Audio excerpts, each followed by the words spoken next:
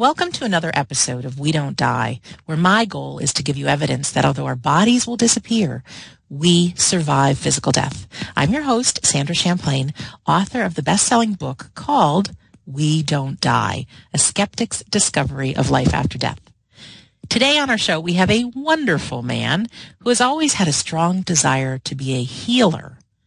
But life took him in many directions, as it does. He's been a soldier, a businessman, a kung fu instructor, and a stay-at-home dad. His name is Brian Baskett. Thankfully, Brian has followed this desire. 11 years ago, after experiencing an amazing healing himself, he began studying and working as a healer. He started as a Reiki practitioner and soon progressed into spiritual healing. Brian has also studied evidential mediumship at the Arthur Findlay College in England and says he has personally been given a glimpse of heaven. He has taken part of some amazing and what many people would call miraculous healings. Coming to us from Canfield, Ohio, here in the United States, I'd like to say, Brian Baskett, welcome to We Don't Die Radio. Good morning. Good morning. How are you? I'm thrilled to be on your show. It's a pleasure to meet you finally and to be here. So. Yes. Yeah, and I'm privileged to meet you and talk to you. And the way I found out about Brian is we both share the same tutor. You heard me interview Minister Matthew Smith from the Arthur Findlay College several episodes ago, and we both work privately with Matthew, continuing our learning. And Brian and I, just before this episode, found out we were at the Arthur Findlay College at exactly the same week this past May. Small world. It is a small world. And yeah, and I'm sure our eyes looked at each other and we just didn't know it. So I think that's a great synchronicity. Anyways, Brian, how do we start? Could you give us a little bit about your background, maybe where you grew up, and you've done some various things with your life, but how you got into being a healer? So you have the floor now. Well, I predominantly lived two places growing up. Lived in Ohio as a child, and then when I was in about junior high, my father moved us down to Texas, and I pretty much lived most of my teen life down there. Went in the military. I spent about 8 years overseas. I actually spent 8 years in Japan and another year in Korea. Wow. I worked actually as a civil servant. I was active duty military, and then I worked as a civil servant for the Department of Defense in Japan, and taught martial arts in the evenings while I was there. I used to be a very competitive martial artist, but I've always been very interested in healing, and I've always had, I guess, the desire to be a healer even as a child. I actually attended chiropractic college for a couple of years in Dallas. Financially, it was really a burden, and I was living quite far from there and commuting, and I did not end up graduating. But during one of our, we had different classmates that would give up and give presentations on different subjects, and one of my classmates had done a presentation on Reiki. And as she described this spiritual healing, this Reiki healing, I was quite interested in that, and had didn't really research it, but it's something that was kind of in the back of my mind. And a couple of years later, I was actually diagnosed with kidney disease. I'd been to a nephrologist and was pretty much told by the doctor that we don't know what causes your disease. There's no cure. It could get better. It could get worse. But there's really nothing we can do for you. And I said, well, that's not a whole lot of good. No, that's bad news. Yes.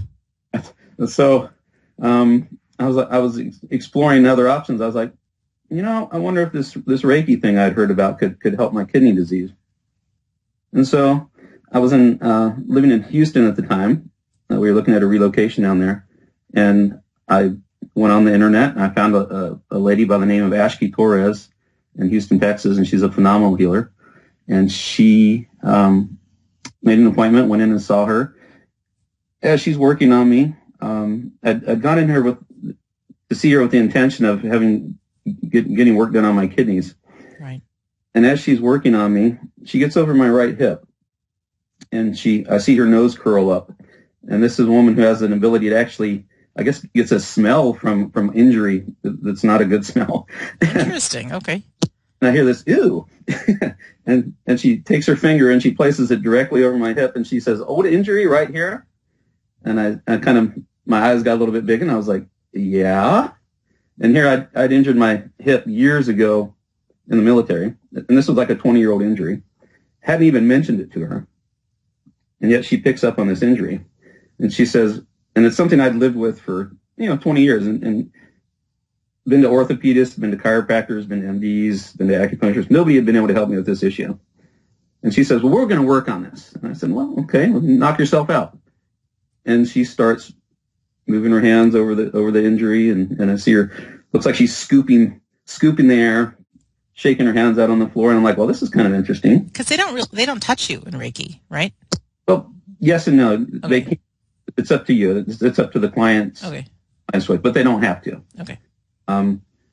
But she's doing this, and then we finish the session, and I get up off the table, and I'm like, wow, for the first time in 20 years, my hip didn't hurt. And that just was amazing. Mm-hmm. And I said, what did you do? And she said, well, this is just, and she kind of explained the process of spiritual healing and what she does as a Reiki practitioner. And I said, well, I want to learn this. And she said, well, I'm a teacher. And I was like, well, sign me up. When's your next class? And she was in the process of getting a class together. And it was probably about a month later that I took my first class, and that's how I got started on this path. Wow. Could you just describe Reiki just a little bit more? Because I know I've had one Reiki treatment, and I thought, what in the world is this? My experience was somebody gifted me the Reiki, and I thought, okay, I'm open for anything. And I still remember lying on the massage table with my eyes closed, and I had to open my eyes because it felt like this woman had some kind of a really hot heat lamp that she was putting right over my belly. And it was like too hot because I was like, oh, you got to, whatever that is, turn it down. And when I opened my eyes, it was only her hands. Right. And so I'm like, what is this? So maybe you could describe Reiki a bit.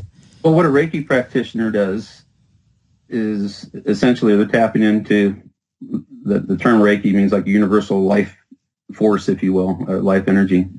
And a Reiki practitioner goes through a series of attunements, and these attunements actually kick up, for lack of a better explanation, your vibration level.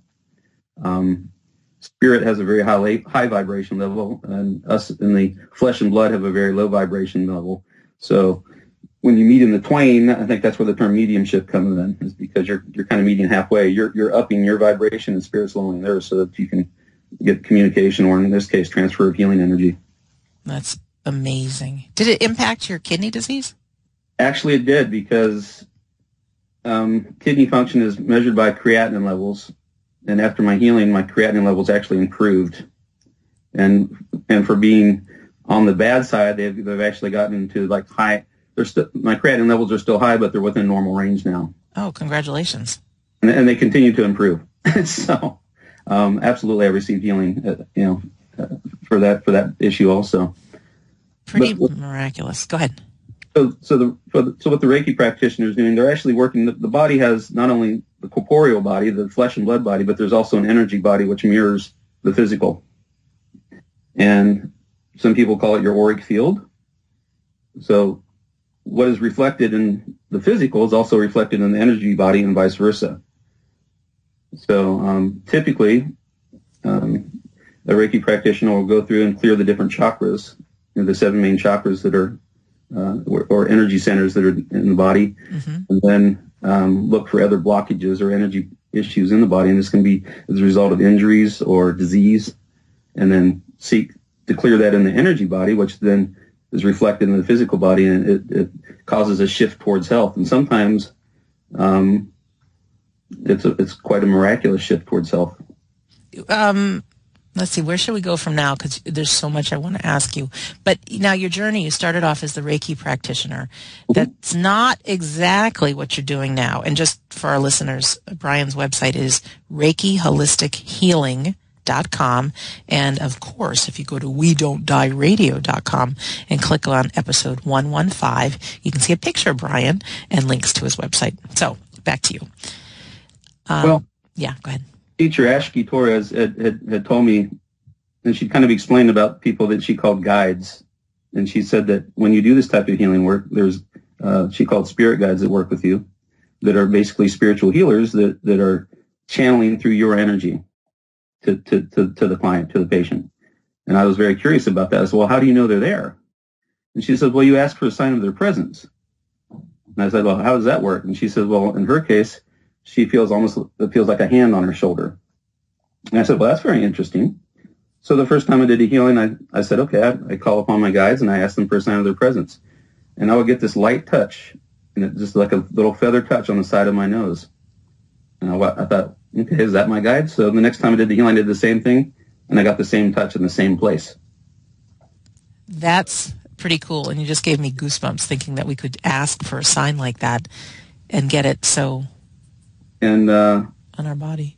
As I would continue doing healings, though, and as different clients would come and see me, I would get different touches on my face. And it was only when I was doing this healing work. So I was very curious about that. And I was thinking, I felt like Spirit wanted to communicate with me. And I was like, well, how do you go about communicating with Spirit? I guess I already am to a degree because I'm working with them doing healing work. And I said, well, I guess mediums, isn't that what mediums do? And so I went out and found all the books I could find on mediumship. I probably read 20 books on them. Unfortunately, most of which were garbage. Yes. And finally found a couple of good books. And then, and I say I was led by Spirit to some people who were actually working in mediumship in the Dallas-Fort Worth area who are also teachers. A phenomenal teacher, guy's name is Chuck Murphy, and he's in Dallas. And if you have any interest in psychic or mediumship work, I suggest you look the guy up. He's a great teacher. He has a little course that I took. It's called Zero to Psychic. Oh, neat. It's kind of a crash course. And we spoke on the phone first, and he said, well, if you're doing healing work, you're already 3/4 of the way there. Because you're already connecting for Spirit for the healing. You're just not working on that communication side yet. And took his course and found actually I was able to do readings for people, which was amazing, and was participating in a couple of development circles to develop that skill. Well, as I developed the skill, I was actually now getting messages from my guides. And one of the experiences I had as a healer is I was working on people. Say 2 people came, and person A, I'm working on them, and I'm feeling this trickle of energy going through them. And then person B comes, and I feel like more like a waterfall of energy. And so in my mind, I'm thinking, well, why isn't everybody getting the waterfall? Right. Well, so the next person would come, and they're getting the trickle, and all of a sudden I'm like, well, no, they need the waterfall, so I start pushing energy. Well, what I came to realize after some time of doing this is one person I would work on, and after the healing session, I would feel energized and I would feel great. And after working on the other person, I would feel wiped out, like I had to go take a 4-hour nap. And I wasn't sure what was causing this. I was like, I didn't make the connection. Was that the trickle that wanted to have you take a nap, or the waterfall? Well, I'll continue. So what happened is I actually had a communication from my guides. Uh-huh. And they said, you're doing great in your healing work. You're intuitive. You're following they said, but here's what's going on, because we know you've been doing this, and we want to kind of correct something. They said, let's preface this by saying this. The client gets what they need from Spirit. If they need a trickle, they're supposed to get a trickle. If they need the waterfall, they get the waterfall. Oh.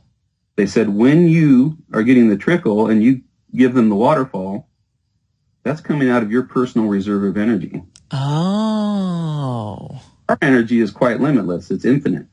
You could do this all day using our energy, and it wouldn't tire you out in the least. In fact, it would have the opposite effect on you. But when you're doing your healing work and you're pushing energy, that's like you're draining your battery, and that battery has to be recharged.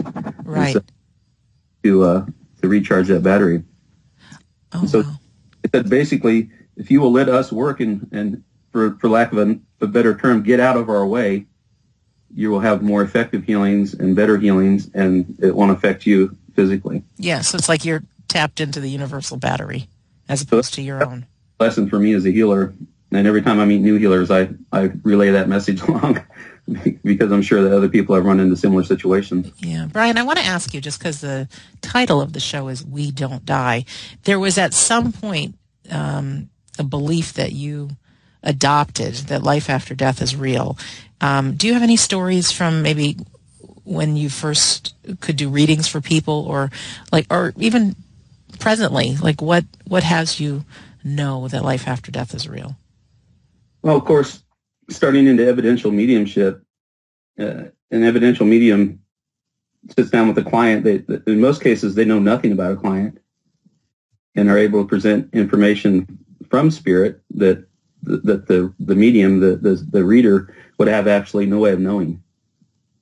And I've had some fantastic readings for people and just amazing information that I was able to provide. Of course, without a doubt, was information coming from spirit and wonderful messages.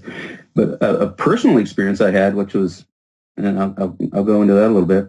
Backing up, while I was in the Dallas-Fort Worth area, Chuck Murphy, I mentioned previously, would sponsor a monthly healing gathering at a metaphysical store in Lewisville, Texas.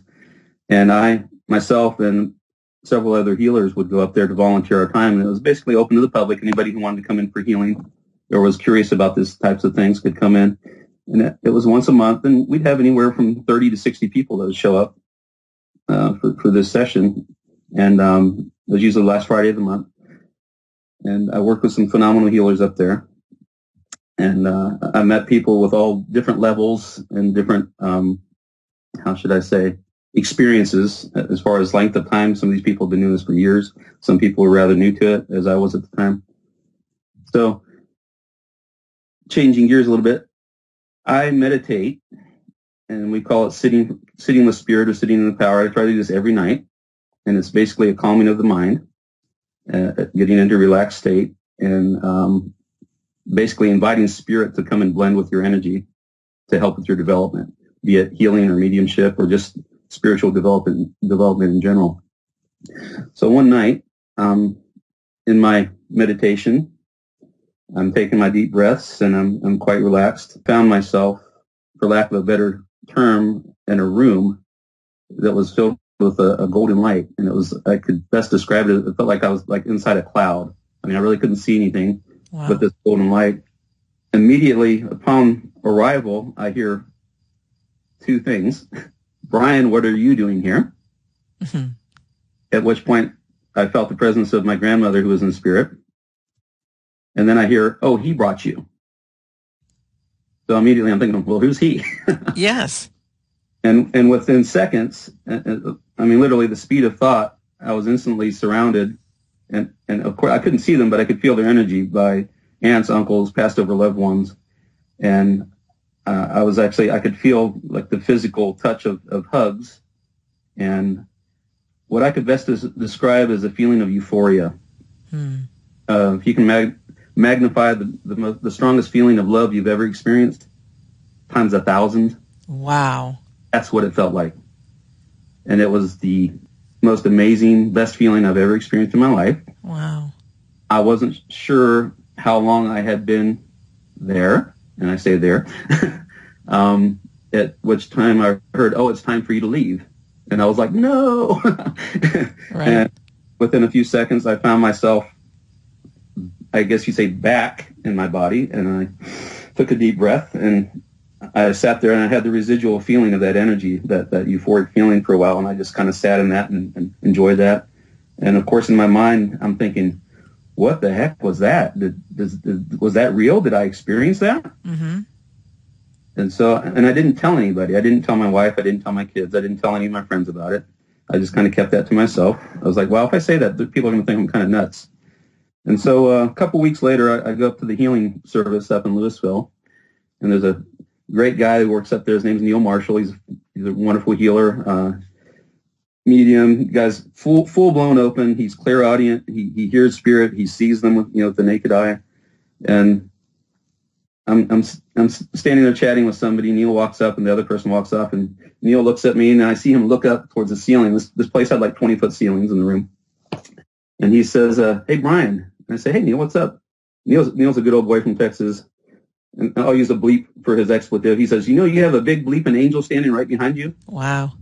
He says, this sucker's big. He's hunkered down to be in this room. And I'm like, well, I know that there's angels that work with me when I do my healing work. And he says, oh, no, this guy's huge. He goes, well, hold on. He's telling me something. So I see Neil cock his head to the side, and he's listening, and I see him, and he's like, uh-huh, okay, all right. And he says, well, his message is, he says, you went on a little trip recently. And he says, you know what he's talking about. And he says, you've been doubting whether that occurred or not. Oh.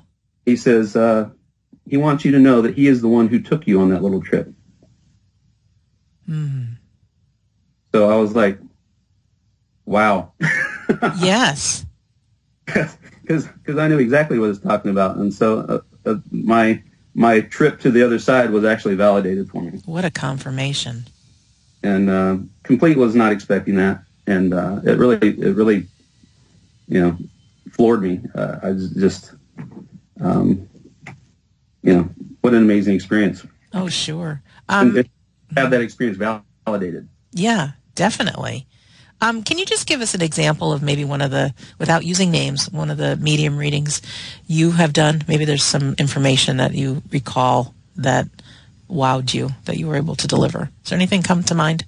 Yeah. Okay. I was looking for a woman. She was of Native American descent, and it was a great-grandmother of hers had come forward, and I was able to pick up that she was a medicine woman, and that this woman I was reading for as a small child had spent time with the grandmother. And the grandmother I had images of the grandmother not only doing dancing and had her doe skins on, she was a medicine woman. Mm-hmm. And teaching the grandmother teaching this woman, taking her on nature walks, pointing out different herbal things, medicines and things, plants that were used for healing. And then I'm shown this image of the two of them on this porch of the grandmother's home, which I'm able to describe this home in detail. And I see that they're working on something, and I'm getting a closer look, and it's some type of craft work. And so as I'm describing this, I see that it looks like a beaded necklace, and it had a kind of a diamond shape, and it was, I believe it was white, and it had a turquoise, some type of singlet, some type of emblem in the middle of this necklace. So, and I'm describing this in pretty good, in really great detail. Mm-hmm. And the woman looks at me and she says, yeah, I remember doing that necklace with my grandmother. My grandmother not only was a medicine woman, but she was also a famous Indian artisan. And that necklace that we worked on is actually in a Plains Indian museum. And that's a museum piece now. Wow. So if you wanted to go see it, she said, here's where the museum is, and you can actually see this piece that you just described to me. That's great. I just asked for a story because stories really make a difference as to belief. It's one thing to hear, but to really listen and take in. I don't know. That's really great. And I'm sure you've had many more. So if we can talk a little bit about maybe why Matthew recommended you be on this show. He says you've been participating in some really interesting healings and some neat things have occurred. And also, if you wouldn't mind, again, no names, but just kind of what kind of things have happened in the healings that you've found, that you've participated in. And also the distinction, are you doing the healing or is the healing coming from somewhere else? Let me start with your last question first. Absolutely, the healing comes from God. Spiritual healers are, if you will, a channel for the energy, an instrument of healing. We participate in the healing, but the actual healing energy itself, the act of healing, is actually something that comes from the higher power. From what I term God, you can term whatever your opinion of whatever the power, the ultimate authority. But absolutely, that is where the healing comes from. I'm just blessed to have been chosen as an instrument to do this healing work. So, yeah, I but of get course, it. you know, And what about participating in? Matthew said that you had some stories of some individuals that this healing has really made a difference for. yeah, I can with several. I do work with cancer patients. Okay. And I've probably seen as many cancer patients as other clients. And I have a lot of ex-cancer patients, as in cancer patients that are no longer cancer patients because they no longer have cancer. I can give you an interesting... Yes. Whatever you're going to say, yes. I have to preface, and of course we're not the ones who decide this, but not everybody gets better. And I believe that has to do with something in our life path. There's certain things we're meant to experience and that our families are meant to experience. But I would say the majority of people that we work on as spiritual healers do tend to get better, or at least have some type of improvement. So getting back to a cancer case, I did have a woman. She had brought her mother to me. Her mother was a breast cancer patient, and I worked on her mother. And while she was here, she and her sister actually accompanied her mother, and they had me both do healing sessions for them after I worked on the mother. And when I was working on this one woman, the daughter who happened to be a nurse, as I was feeling in her energy and I was working on her, I got over her like the ovarian area, and I picked up on what I felt like a cancer. And I told her that, I said, look, I'm feeling something here, and you really need to get this checked.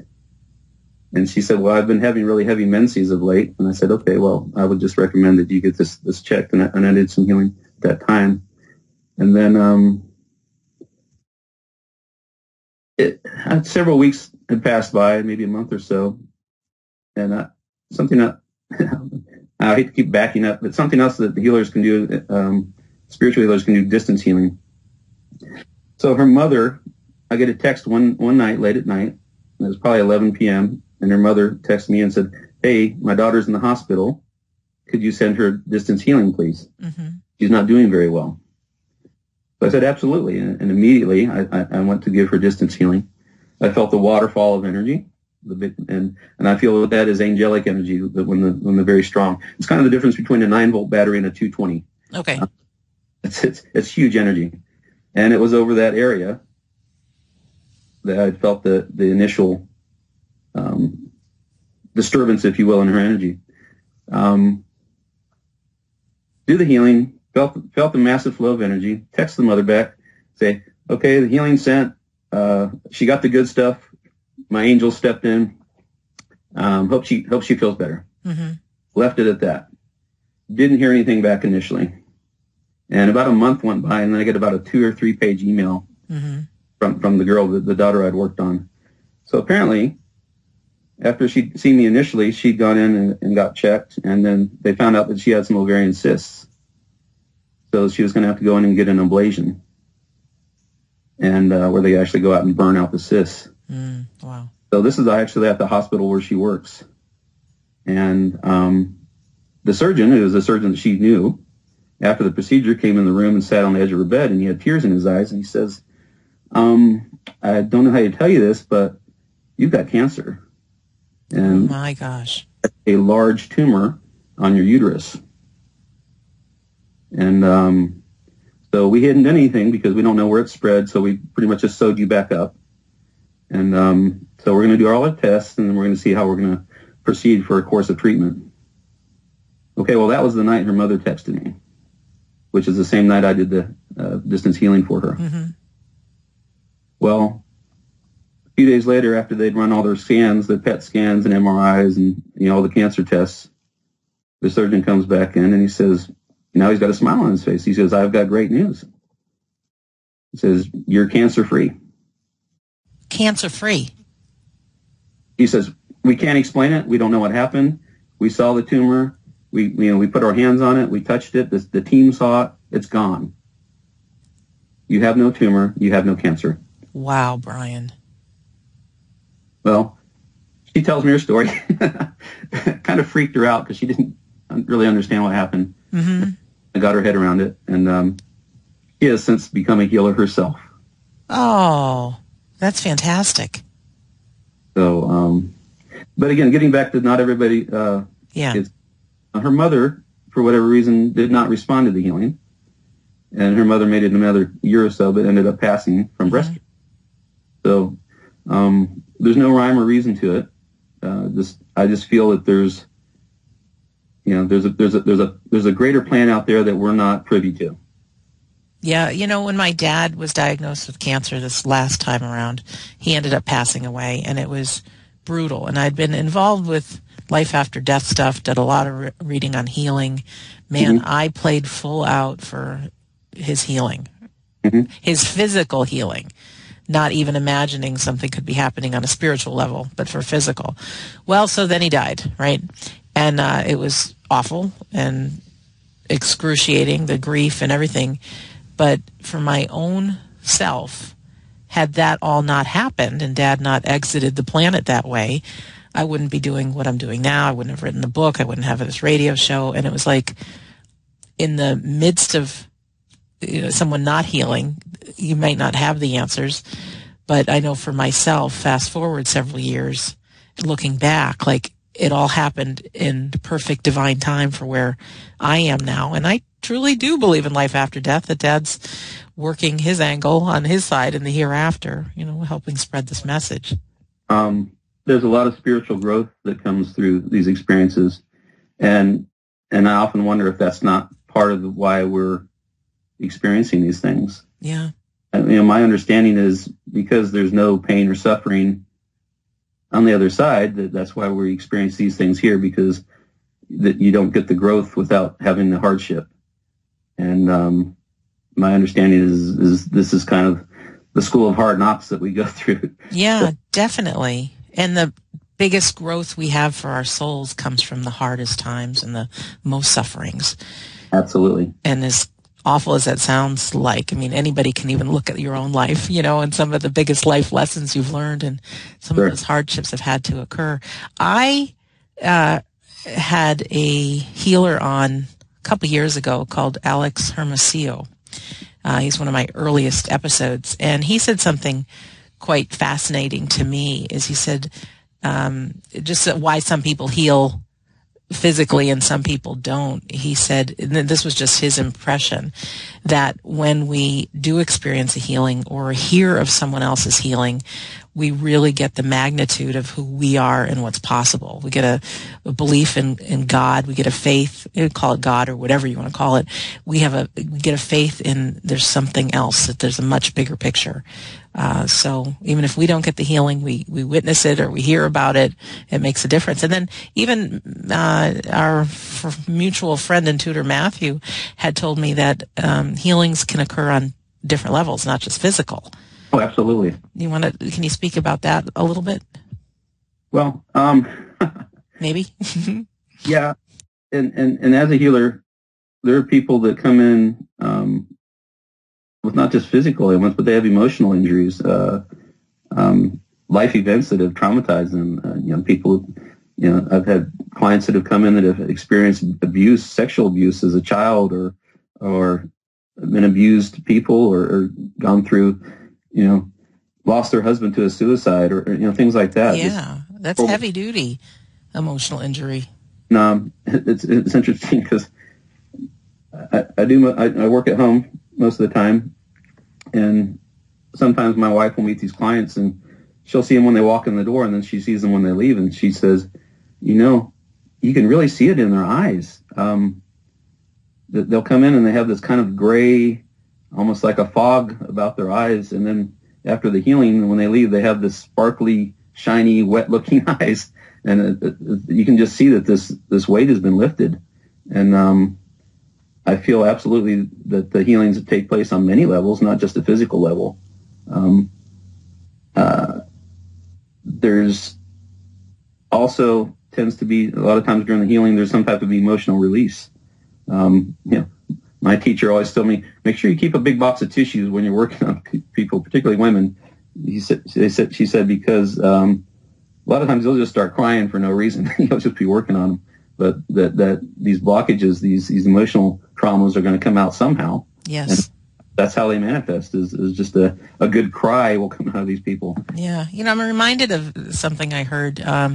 People that are really negative and complain and all that stuff, and true or not, I don't know, but like we can create our own illnesses, and then we can also heal ourselves by shifting and being more positive. And I can't help but think to do an emotional healing on someone changes their vibration, changes their way of being, and then the body can follow and be more healthy. Does that make sense?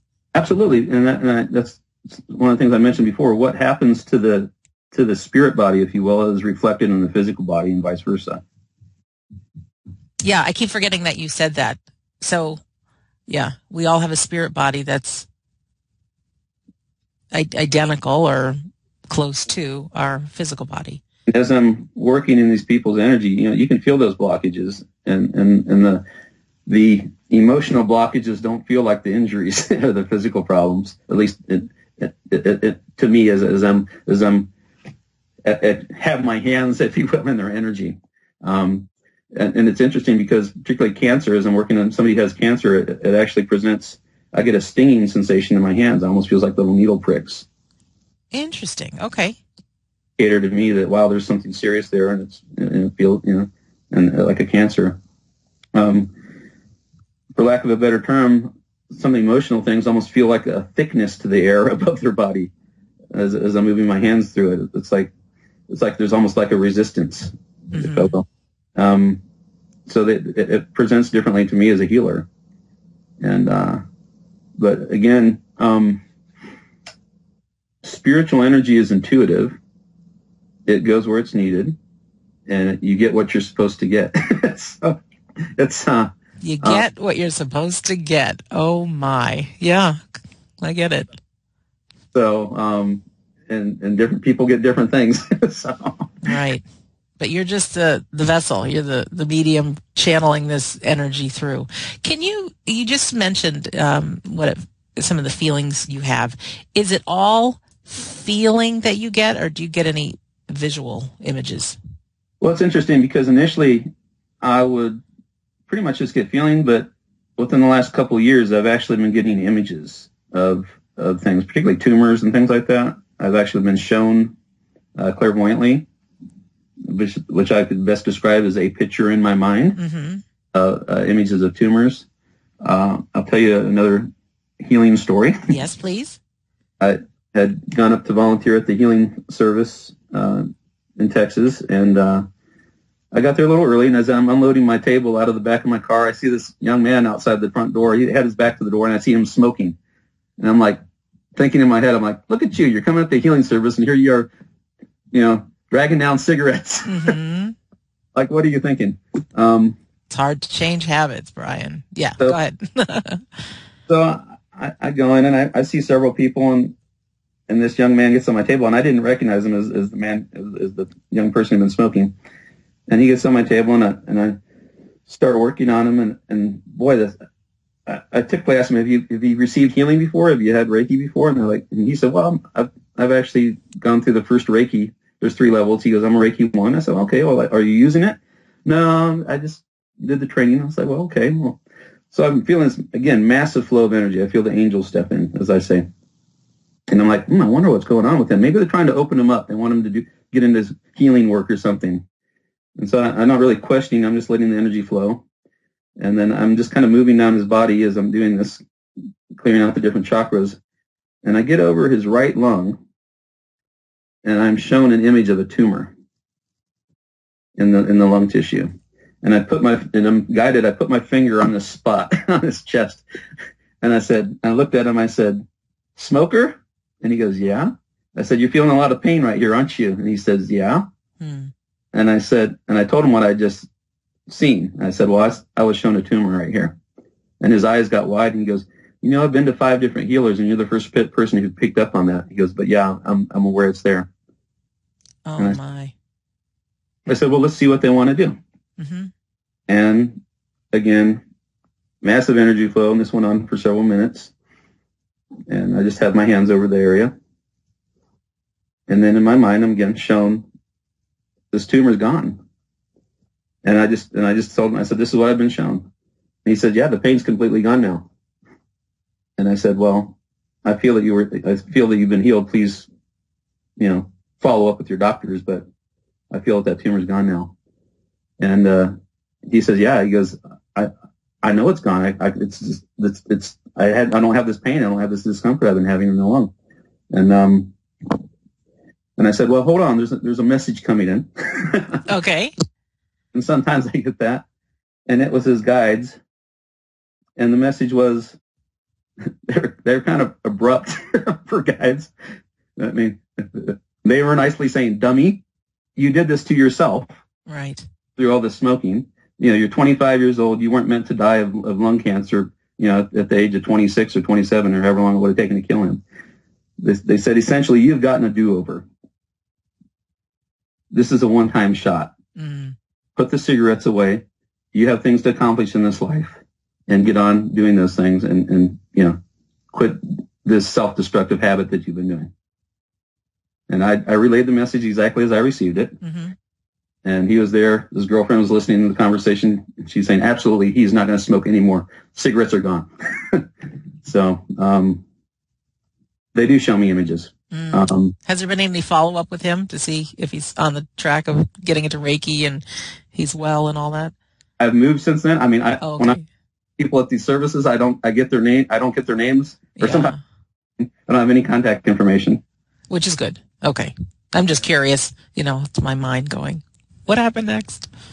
Recently, and I've had this several times recently, and this was less than a month ago. I was working with one of my friends in Germany, and she had mentioned, well, hey, I won't be able to work with you next week because I'm going in for a procedure.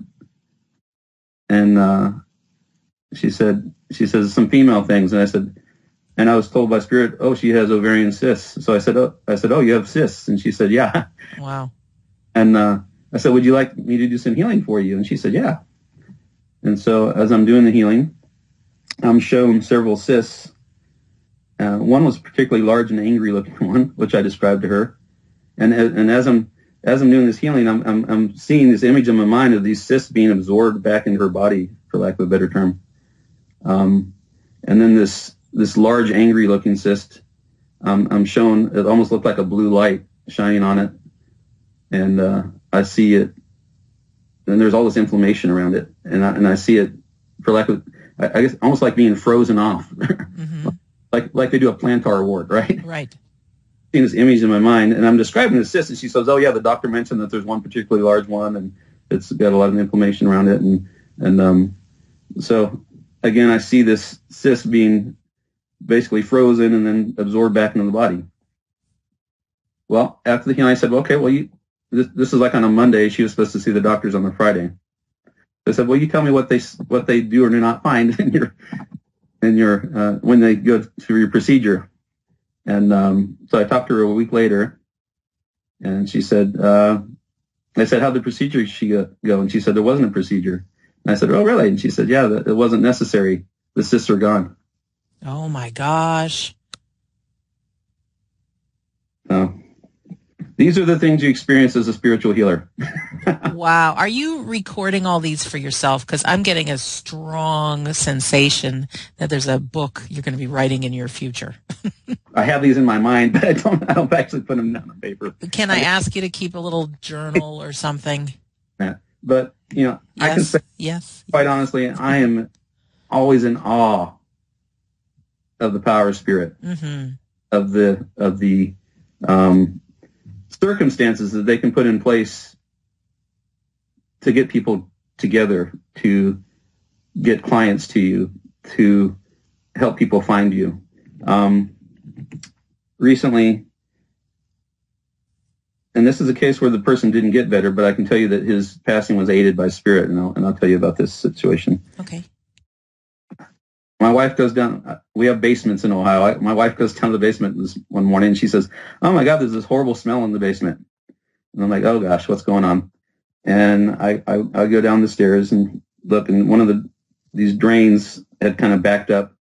Luckily, it hadn't flooded, but it was kind of like sewage backed up through one of the drains in the basement floor.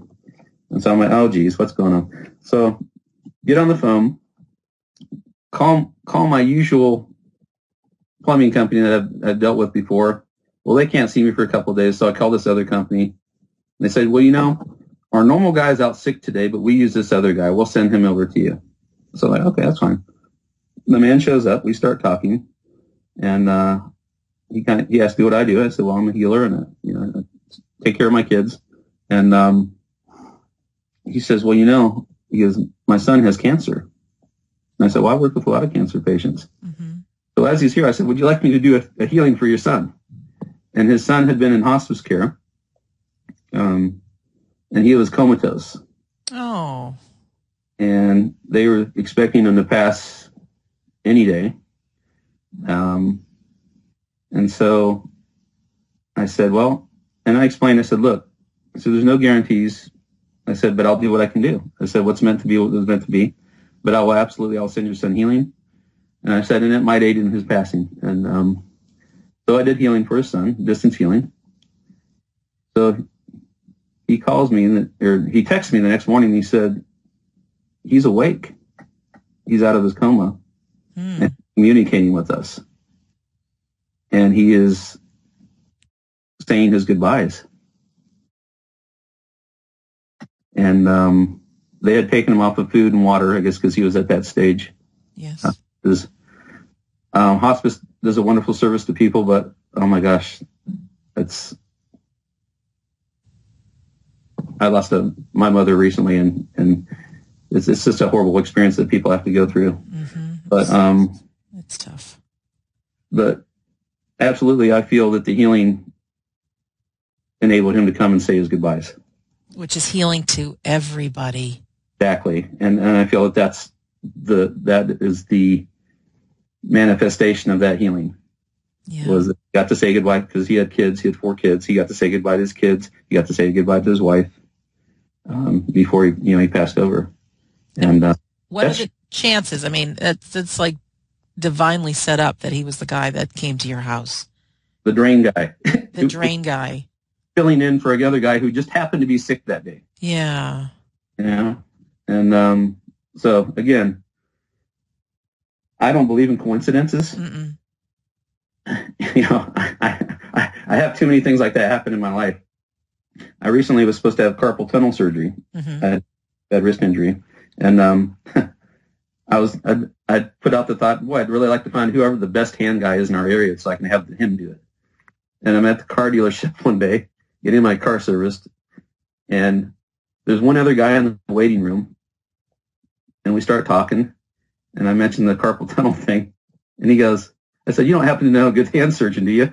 And his eyebrows kind of went up, and he goes, "Well, I'm Dr. So-and-so, and I'm an orthopedic surgeon." No kidding. He goes, "I just retired, but my partner is the guy you need to see."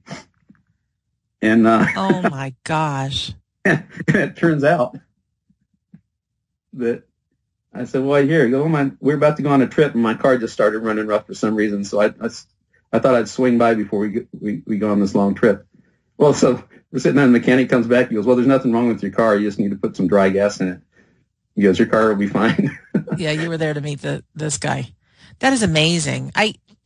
Like that happens. You just go, wow, how smart can they be? I mean, look at all the things that they do to put people together. It's just, I never cease to be amazed.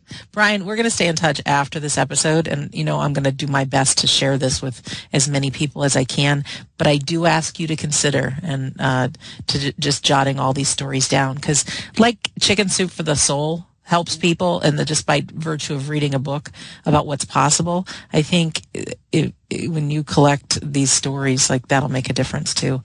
Whether it's a book or whether you have a blog or whether you have something, because so just consider that. Even if you call it the power of spirit, that's what you had said earlier. Let me just ask, are you special or can other people learn healing? And also, even though many of us haven't gone to school for healing, do we have any power ourselves to help others in healing? I believe absolutely that all people have healing ability. Okay. Jesus even says so in the Bible. When his disciples were talking about doing his healing, he said, he says, as I do, you can all do this. I believe that particularly mothers, if you watch a mother when their child cries, mm-hmm. what do? They hold the child against their body. You see them rubbing their back. They do this instinctively. You know that rubbing the back, it's clearing out the chakras with their energy. Okay. And that soothing, that loving energy is what they're giving to the children. And it's that same energy, but now you're doing it as adults and you're giving it to other adults. It's that loving energy. You have to have a few things to be a healer. First is the intent. Okay? Intent is huge. Our thoughts absolutely have power, have energy. And the intent to heal, the desire to be of service to your fellow man. Okay. There's a spiritual book. There's a teacher, his name was Silver Birch, and he says, service is the point of spirit. Jesus' message was a simple one. It was basically love God, love each other, and be of service to your fellow man. Mm-hmm. Heal the sick, feed the hungry, clothe the naked. That's a simple message. All the rest of this, if you could strip it all away and just stay with that root message, you'd be in good shape. Yes. And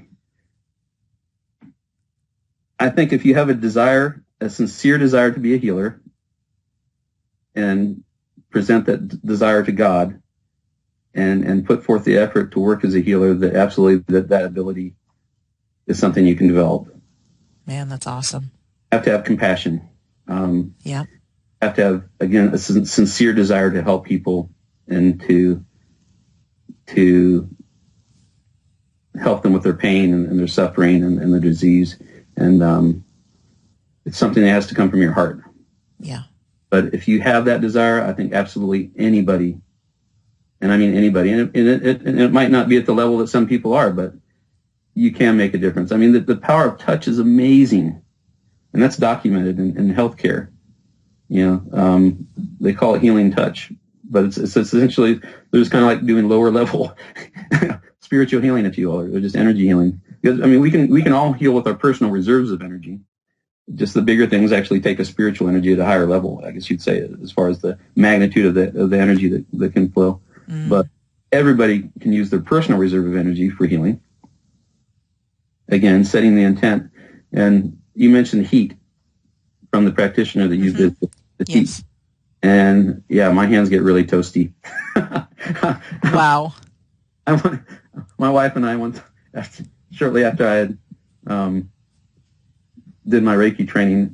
For a period, your body's kind of like, my teacher called Reiki on all the time, which you have these really hot hands, particularly when you're thinking about the healing work. And we were at the National Aeronautics Space Museum in Washington, D.C., and it had one of those cameras. It's a thermo imaging camera. Yes. So I hold up my hands and I said, "Watch this, honey." And my hands were kind of yellow, and you could see different blues and different shades around my body. And I said, "All right, I'm gonna call up some healing energy." And so I connected with spirit and I focused and I called up healing energy, and my hands flared bright red. No, they didn't. Oh my gosh. I said, "Okay, now I'm gonna pull it back in." So all right.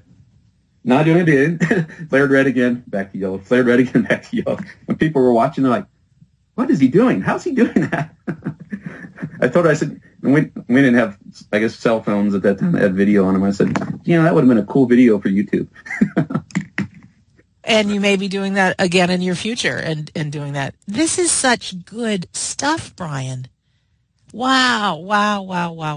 And if this interview really resonates with people and people think they want to get interested, would Reiki be a good place to start? Just to start? Really great place to start. Okay.